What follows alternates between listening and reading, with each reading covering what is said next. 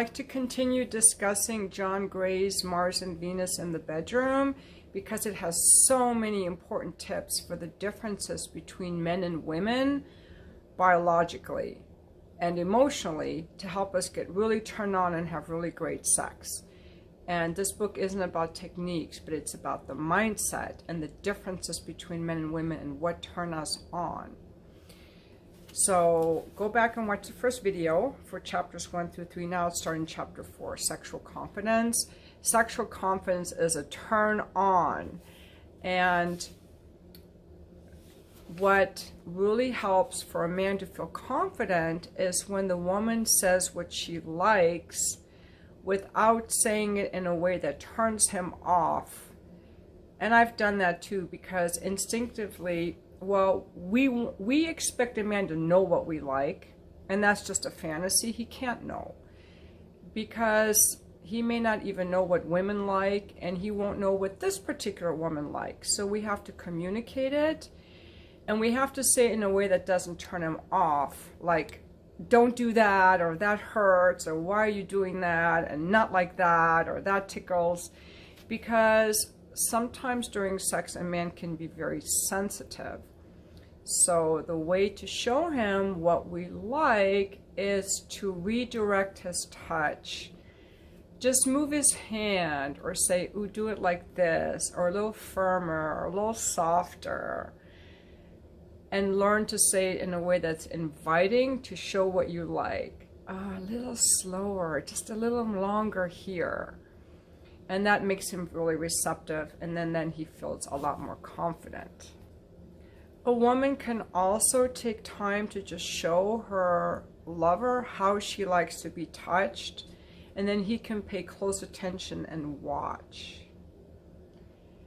And during sex, you can say things like hot, cold, or whatever you have decided on. And then when you're not having sex, you can have discussions about what you like and don't like. And I want to say that this became a lot easier for me as I got older. And that's why sex does get better for women with age. And that's why many men like to have sex with older women, because we already have had time to discover our bodies and know what we like. And we also feel more confident sharing what we like. So for younger women, it's really important to give them a little extra space and reassurance that it's okay for them to say it. Find a way that she feels really safe sharing what she likes. Now, he also says in here that well, a woman can also make sounds during sex to indicate her pleasure, and that a woman really likes it when a man says certain things. And this is more for a relationship really than for like people who are hooking up, you know, as I do. But a woman feels a lot more receptive and open when a man, well, a man might feel like, oh my God, you're so beautiful, I just want to touch your breasts, but he doesn't say it. It really is great for the woman if you say it and just whisper in your ear, I love being close to you. I long for your body. I love touching your breast. Your body is so beautiful. You feel so good. You're so delicious. I am all yours. Your breasts are perfect. And he gives a list of things that men can say, and that, you know, John Gray gave a lot of seminars, so he has talked to so many couples. And the women in the audience are always like, yeah, they're clapping. Like, we want to hear that stuff. And also a reminder to women that when a man is turned on, he doesn't care how much cellulite you have or how jiggly your abdomen is. When he's so turned on, he doesn't see any of that. He just longs for your body. Also a reminder that men are visual and they will look at other women. If your man doesn't look at other women, he's probably looking at other guys, because men are going to look, but just a reminder that they need to look appropriately. And if, you know, it is sometimes nice if you stare a little too long, guys, if you stare a little too long at another woman, to look back at your woman and say, I'm so glad I'm with you, just to reassure her, because guys do look, and we notice that you look, and sometimes it can make us feel like you want that other woman more, but we need to be aware that men do look. That's just what they're going to do. And just think of like, my guy is into women. It's just what they do, okay? The most important part of chapter 4, though, has to do with timing and how long it takes someone to reach orgasm. I know there's some women who are very easily orgasmic, or maybe early on in the relationship more orgasmic when they're more turned on, so by the newness of the relationship, I don't really know. But he does say that a man can orgasm in 2 or 3 minutes. It's pretty simple. He's biologically wired to become fully aroused very quickly, like a blowtorch, and he can come in 2 or 3 minutes, whereas a woman is wired to become aroused slowly and gradually and needs about 20 to 30 minutes to orgasm. So a woman needs 10 times the amount of time that a man needs to orgasm. And that is a big difference between men and women. So unless you're having quickie sex, that's just for him. And sometimes the woman doesn't care about having an orgasm. She just, as in a relationship, like if I'm having hookup sex, I definitely want to come. But in a relationship, I know this is true for me too. I sometimes just want to feel close to my partner, and the emotional fulfillment I get from having intercourse or sex with the man I love is enough. I don't always want to have an orgasm. I know this is true from other women I've talked to, and he does mention that in this book in the next chapter about the women's emotional fulfillment. We don't always want an orgasm, but sometimes we do. And that's why sometimes quickie sex is good, because I got that closeness to you. I don't have to go into all the effort of building my body up to come, and then the man can just come very quickly. But other times it's really nice for the man to take the time to build me up to my full pleasure and let me come. But it's going to take a lot longer than his. On that, though, I want to say that what I see in a lot of men today is that they struggle to orgasm. I attribute this to them overstimulating their penis by masturbating too much, using too firm of a grip, or masturbating too much and having desensitized their penis. Sometimes older men are desensitized. I think that has to do with, as they lose erectile function, there's less blood flow to the penis, and so the nerves don't get as much nourishment as they need. So the men who have trouble with erections also have trouble coming, the older men over 70.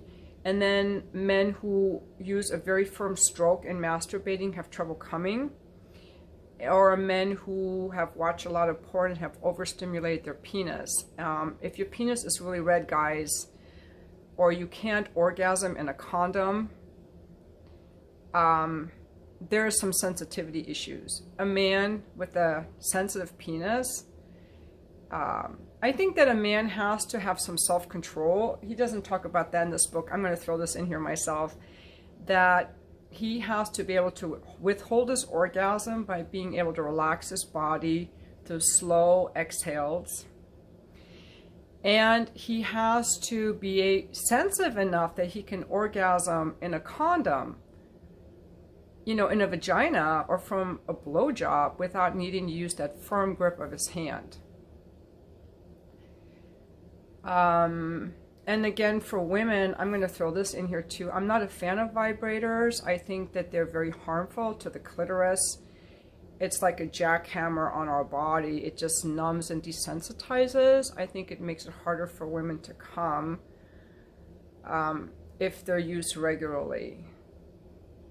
So there's also some self-care and some self-responsibility, I think, because when someone has trouble coming, the sex is not that fun anymore. It's really hard to make a guy come, he can't come, and it just feels like work. And I'm sure men probably feel the same way. If a woman can't come, it just starts to feel like work.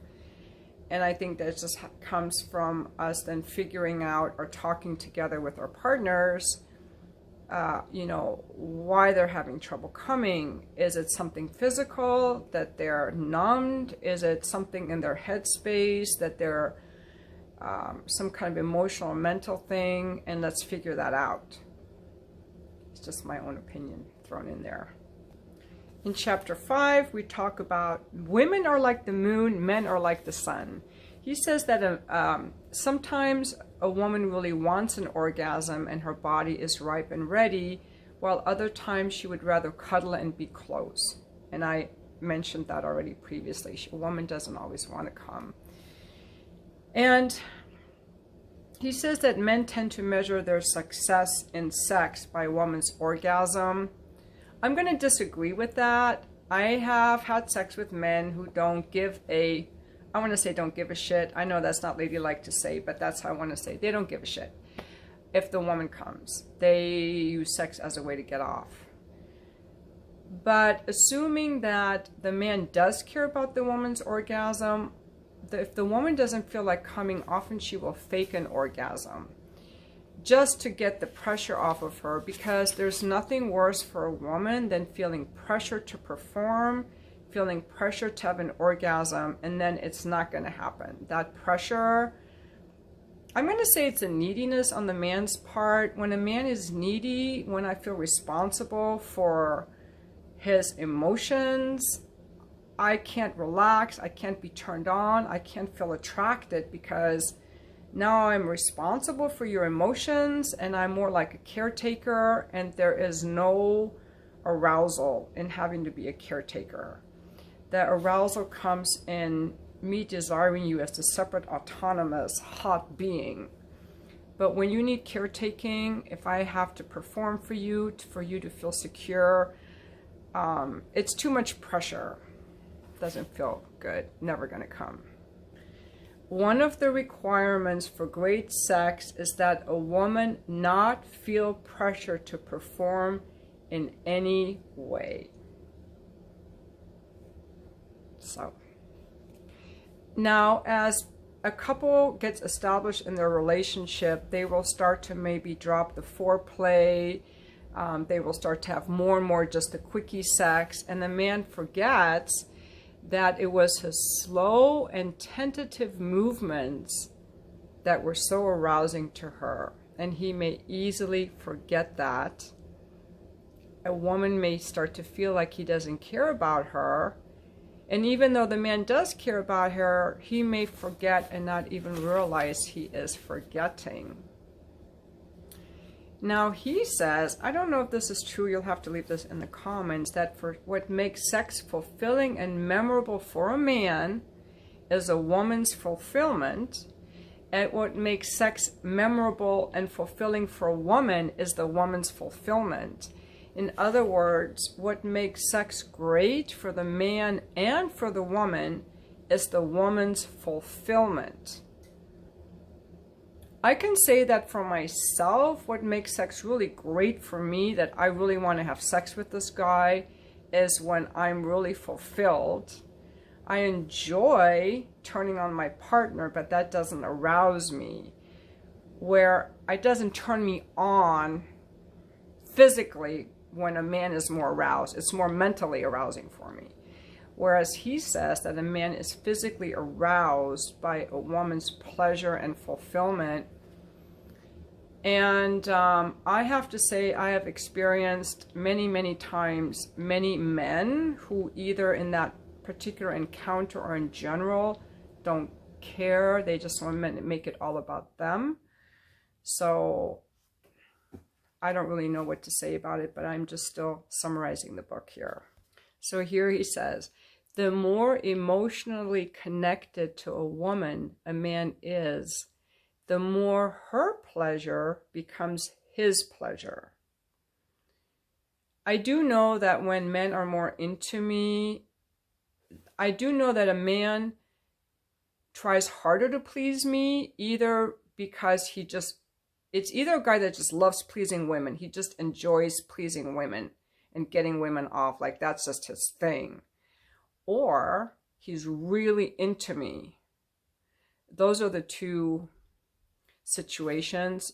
But if a man is not really super into me and his thing isn't turning women on, sometimes, like in my escort appointments, men come to me, they want to be seduced. They want to be the object of attention. They want to experience something done to them. In those situations, it's not like they're really trying to please me. And in my marriage, I would say I was married to someone who wasn't really concerned about my pleasure. I think my dad wasn't really concerned about my mom's pleasure, if I can just be so bold as to say that. Or my stepmom's pleasure. I think he's very selfish in bed, and I know there are men who are very selfish in bed. But again, that's why he makes the point, the more emotionally connected to a woman a man is. So that means not just that she's sweet to him, but that he has his heart open and that he's allowing his emotions to be there during sex. That he cares about her pleasure. That passion part, that love part, his ability to feel passion and to want to give that to her is super important for great sex. But some men are too guarded in their hearts, or too closed down to even to bring that into the bedroom. They're just not capable of bringing it into the bedroom. John Gray doesn't address that, but that, when a man can do that, definitely makes the sex so much better for the woman. I love it when a man gets super turned on, turning me on, and that's the ideal state. An alpha man, a healthy alpha man, is going to get turned on, turning on the woman. That, to me, is the natural state, and that's what he's explaining. Also, that sometimes a woman can be just as fulfilled without having an orgasm. And again, that's for relationship sex, not hookup sex. In hookup sex, I definitely want to have an orgasm. So when a woman feels like her body isn't responding, either she knows she doesn't want an orgasm, her body just isn't responding, like it's just not going to build up to an orgasm, she can just say, let's just have a quickie. I know for myself, at night, when I'm more tired, my body's like more closing down. It's harder for me to have an orgasm. But I do remember when I've been with men that I really loved or longed for, that at night I was super turned on. So I think it just depends, and a woman just has to kind of go by her body. That completes chapter 5. And I'm going to take a break for now and continue this video at a later time.